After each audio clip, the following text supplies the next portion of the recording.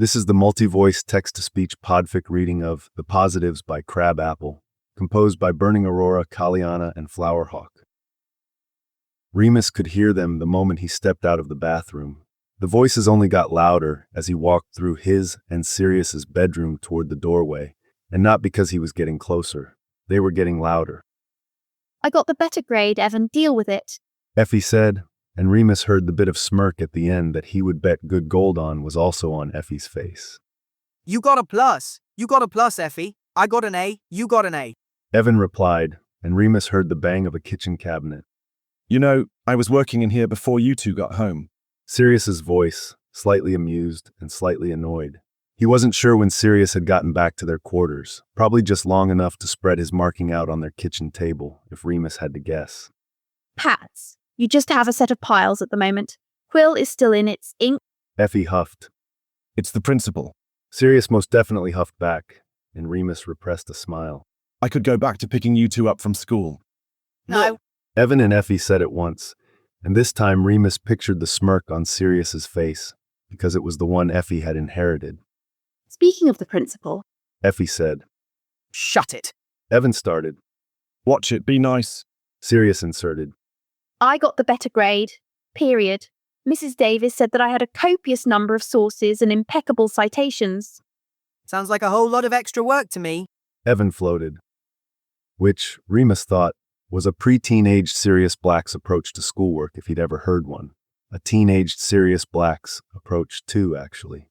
Even though they were only 9, both twins were high achievers at the primary school they attended in Hogsmeade, and they were often competitive about it, as was evidenced by the Shakespearean drama unfolding right now in his kitchen. He heard another cabinet slam and winced. It's not extra work, it's being conscientious. It's being a SWAT, is what it is. Evan. Sirius warned. What? Evan asked as another cabinet was slammed shut, probably by Effie. Where's the chocolate spread? Effie asked suddenly. We're out. Sirius said. Have been for ages. I keep meaning to pick some up. But since I hardly ever go down to Hogsmeade, since I don't pick you two up anymore and let you walk home by yourselves. Remus heard Sirius trail off. We got the point, Pads. Effie said. Just like I got extra points on the Goblin Revolt project. You're insufferable and a SWAT. Evan retorted. And if you paid half as much attention to your schoolwork as you do to Quidditch? They were going for the jugular this afternoon, Remus thought, suddenly glad he hadn't been visible when they got home. I pay plenty of attention to my schoolwork. I'm just well-rounded. Keeper is the most useless position on the team. Oof. Remus heard Sirius say, and he agreed. It is not. It's Junior League. You can't even fly in regulation brooms. I bet you don't even make a Hogwarts team. Oh, Merlin. Sirius said. I'll make the team, first chance I get. Evan shot back hotly. At least I do extracurriculars and have friends. Evan. Sirius said firmer this time. I have friends. You know, Beatrice's family moved to France, and she wasn't my only friend. Really? 'Cause it seems like... Twins. Sirius said, cutting off whatever Evan was going to say, which was good, but Remus winced again, because Evan and Effie were firmly in a current stage where they hated being referred to as a unit. Pads. They said, together, which cemented both the fact that they were a unit and their current objections. Sorry, Sirius said. You know what? Never mind. Call me when dinner's ready. Effie said, and Remus heard her stomp out of the kitchen and passed him down the hall to her room. Me too, but don't expect me to talk to that SWAT even at dinner. Evan, not to be outdone, finished also stomping out of the kitchen and down the hall to his room. 2 doors slammed within moments of each other. Remus took a deep breath and put his hand on the doorknob, turning it and heading out of their bedroom down the hall in the opposite direction toward the kitchen. He stopped in the kitchen doorway. Sirius was indeed at the table, stacks of parchment spread in front of him, just as Effie had described, and the way Remus had imagined. Have more, he said. It will be wonderful, he said. The best legacy, he said. Remus mock quoted from the doorway. Et tu, Remus? Sirius asked. I've already been roundly yelled at by a pair of 9-year-olds in the last few minutes. So I heard, Remus said, and as Sirius opened his mouth, probably to point out Remus had been quietly avoiding the confrontation, Remus whipped what he had been holding in his hand since the bathroom at Sirius's forehead. He threw it hard and overhand, and his aim, if he did say so himself, was excellent. He watched the object hit Sirius squarely on the forehead before it bounced and fell to the table with a clatter. Ow. Sirius said, rubbing his forehead. Bloody Merlin, Mooney, Godric. What in the world? And when did you get that kind of arm? James would have had you on the team in seconds if he knew you could throw like that. Maybe you should be the one out throwing quaffles at Evan. Let's just say I have sufficient motivation. Remus said, still standing in the doorway. Meanwhile, Sirius was looking at the object on the table, finally picking up its plastic end gingerly, as if it might hurt him, probably since it already had, which, Remus reflected, he deserved. What is this? It's pink. It smells. Sirius wrinkled his nose a bit. It actually smells like... Urine. It smells like urine, Sirius, because I peed on it. Well, not on it, into a cup. By the way, I'm throwing out the ugly green Slytherin mug Harry gave John as a gag gift that year. Sirius dropped the object like it was on fire. What the hell, Remus? Why are you peeing on things and throwing them at me? Because you deserve it. Because you spoke this into existence, and it is your fault. That seems a tad extreme. Sirius ventured. I mean, it's plastic. It hurt. It didn't hurt that much. It might bruise. It will not. Mooney, no, really, what in Merlin's name are you on about? Do you have any idea what that is? Remus fully doubted it, given Sirius's pure blood status and their previous experiences, but he thought he'd ask anyway. No. Sirius said, It's plastic. One end is pink, and apparently your urine is on the other end. Oh, there are also 2 pink lines on that thingy in the center.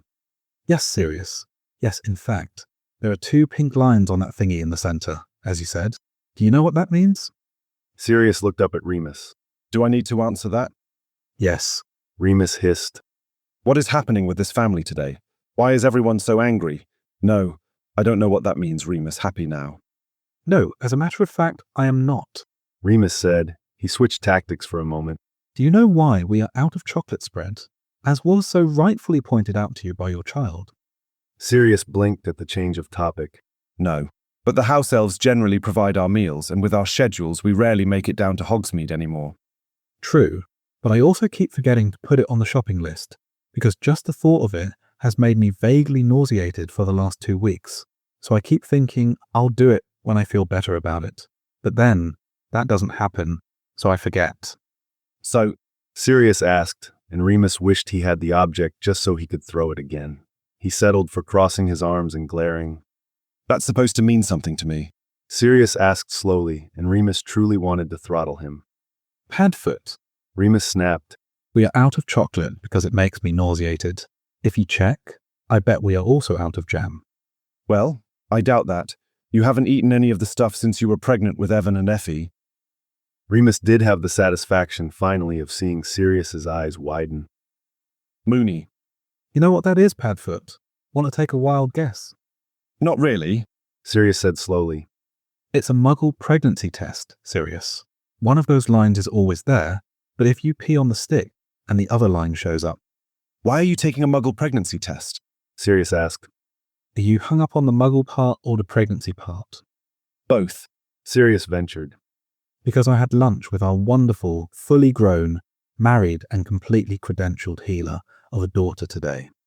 Oh, that's right. You and Hope had lunch planned for today. Yes, and it was quite lovely until she saw me go green around the gills when the server recited our dessert options. And then it went a little sideways when she ordered the chocolate cake, and I had to bolt to the loo when it was delivered. I got back, and she laughed some and said, "Oh, come on, Dad. You'd think you'd gotten pregnant after my wedding." Then she caught the look on my face, because I had had the same thought while splashing my face with water in the loo. So she said, "Oh my God, you did get pregnant after my wedding, didn't you?" And she laughed and laughed until the kind woman next to us asked if everything was all right, at which point Hope got herself under control and offered to perform some diagnostics in her lab at St. Mungo's, which was kind of her and not at all humiliating. Remus. Sirius breathed. You asked, and I said no, and that you had better not speak it into existence. And yet, here we are. Well, you know, that's not how you actually. You're going to want to shut up before you finish that sentence. Sirius closed his mouth with an audible click. Remus glared at him while Sirius considered him. So, Sirius ventured. On a scale of 1 to I went to fight Death Eater's days before you gave birth, how mad at me are you? I am my own daughter and a positive pregnancy scan on me today level of mad at you. So like an 8. Remus sighed. Yes, like an 8. Sirius stood. So the 2 lines on the Muggle test. Are also a positive, yes. That was Hope's idea, wasn't it? Sirius stepped around the table. It was. I found it cathartic. She'll think it was hilarious. I'm sure. Sirius said, coming to stand in front of Remus. Mooney. Hope just performed the basic scans. Positive for a pregnancy. Definitely from her wedding, about 8 weeks along. Only picked up 1 heartbeat, but it was clear as a bell. Mooney. Sirius reached out and cupped Remus's face in his hands. Due May 9th, so right around Evan and Effie, who will be so thrilled about that. And I would venture this whole enterprise in general. Hope says I could see Poppy again, or someone at St. Mungo's if I want, since they've made some good inroads with magical creature rights the past few years. Says my age is a factor, and I'll need to be well monitored, but witches and, yes, some wizards, have children well into their 50s and even early 60s, which should give you absolutely no ideas. None taken. Sirius said softly. Are you all right?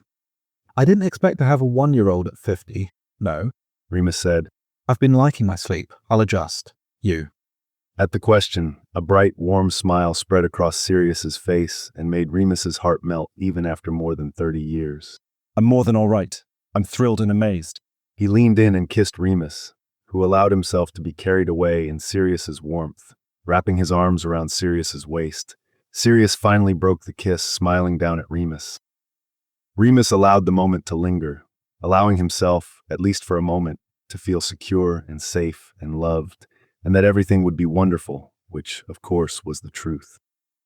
Finally, he said, Dibs on not telling the dynamic duo down the hall. and he laughed when Sirius groaned. Only for you, Mooney. Sirius said, kissing Remus again. Finite.